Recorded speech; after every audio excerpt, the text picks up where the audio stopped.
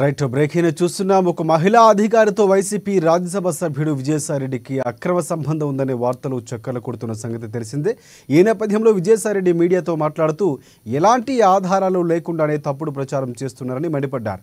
ఒక ఆదివాసీ మహిళా అధికారిని అవమానించారని, ఆమెతో తనకు అక్రమ సంబంధాన్ని అట్టగట్టారంటూ ఆగ్రహం వ్యక్తం చేశారు విజయసాయిరెడ్డి. కొన్ని మీడియా సంస్థలు తనపై తప్పుడు కథనాలు ప్రచారం చేశాయని విమర్శించారు. తన వివరణ కూడా తీసుకోకుండానే అసత్య కథనాలు ప్రచారం చేశాయని మండిపడ్డారు విజయసాయిరెడ్డి.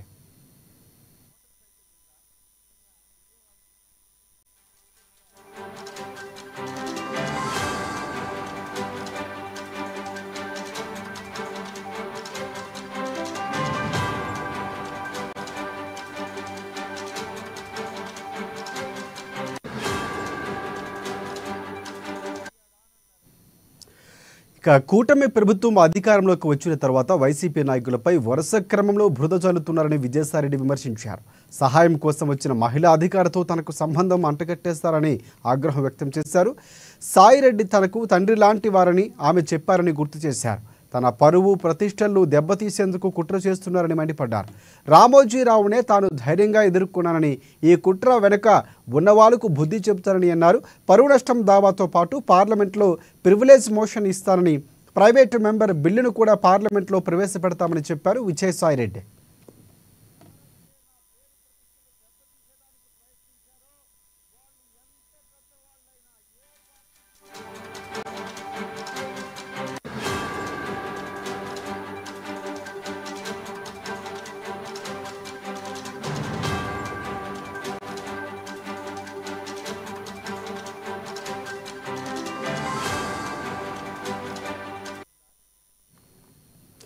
రైట్ బ్రేకింగ్ చూస్తున్న ఒక మహిళా అధికారితో వైసీపీ రాజ్యసభ సభ్యుడు విజయసాయిరెడ్డికి అక్రమ సంబంధం అనే వార్తలు చక్కర్లు కొడుతున్న సంగతి తెలిసిందే. ఇక ఈ నేపథ్యంలో విజయసాయిరెడ్డి మీడియాతో మాట్లాడుతూ ఎలాంటి ఆధారాలు లేకుండానే తప్పుడు ప్రచారం చేస్తున్నారని మండిపడ్డారు. ఒక ఆదివాసీ మహిళా అధికారిని అవమానించారని, ఆమెతో తనకు అక్రమ సంబంధాన్ని అట్టగట్టారంటూ కూడా ఆగ్రహం వ్యక్తం చేశారు. కొన్ని మీడియా సంస్థలు తనపై తప్పుడు కథనాలు ప్రచారం చేస్తాయని విమర్శించారు. తన వివరణ కూడా తీసుకోకుండానే అసత్య కథనాలు ప్రచారం చేశాయని మండిపడ్డారు విజయసాయిరెడ్డి.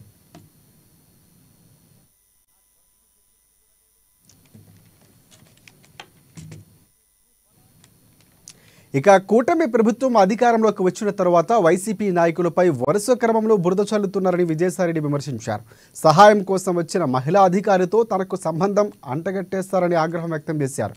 ఇక సాయిరెడ్డి తనకు తండ్రి లాంటి వారని ఆమె చెప్పినట్లు గుర్తు చేశారాయన. తన పరువు ప్రతిష్టలను దెబ్బతీసేందుకు కుట్రలు చేస్తున్నారని మండిపడ్డారు. రామోజీరావునే తాను ధైర్యంగా ఎదుర్కొన్నానని, ఈ కుట్ర వెనుక ఉన్న వాళ్లకు తగిన బుద్ధి చెబుతారని కూడా హెచ్చరించారు. పరువు నష్టం దావాతో పాటు పార్లమెంటులో ప్రివిలేజ్ మోషన్ ఇస్తానని, ప్రైవేటు మెంబర్ బిల్లును కూడా పార్లమెంట్లో ప్రవేశపెడతామని చెప్పారు విజయసాయిరెడ్డి. ఎవరైతే నా పేరు ప్రతిష్టలు దెబ్బతీసేదానికి ప్రయత్నించారో వాళ్ళు ఎంత పెద్దవాళ్ళైనా, ఏ పార్టీకి చెందినటువంటి వాళ్ళైనా, అది మా పార్టీలో వాళ్ళైనా కావచ్చు, అధికార పార్టీకి సంబంధించినటువంటి వాళ్ళైనా కావచ్చు, వదిలే ప్రసక్తే లేదు అని నేను ఘంటాపదంగా చెప్తా ఉన్నా. ఇక ఎవరైతే ఈ రోజు ఇంకొక విషయం కూడా చెప్పాలి మీకు. ఎవరో ఒక వ్యక్తి ఇద్దరు మోటార్ సైకిల్ మీద నిన్న విజయవాడకి మా ఇంటికి వచ్చారు. ఆ ఫోటో కూడా వీడియోలో రికార్డ్ అయింది.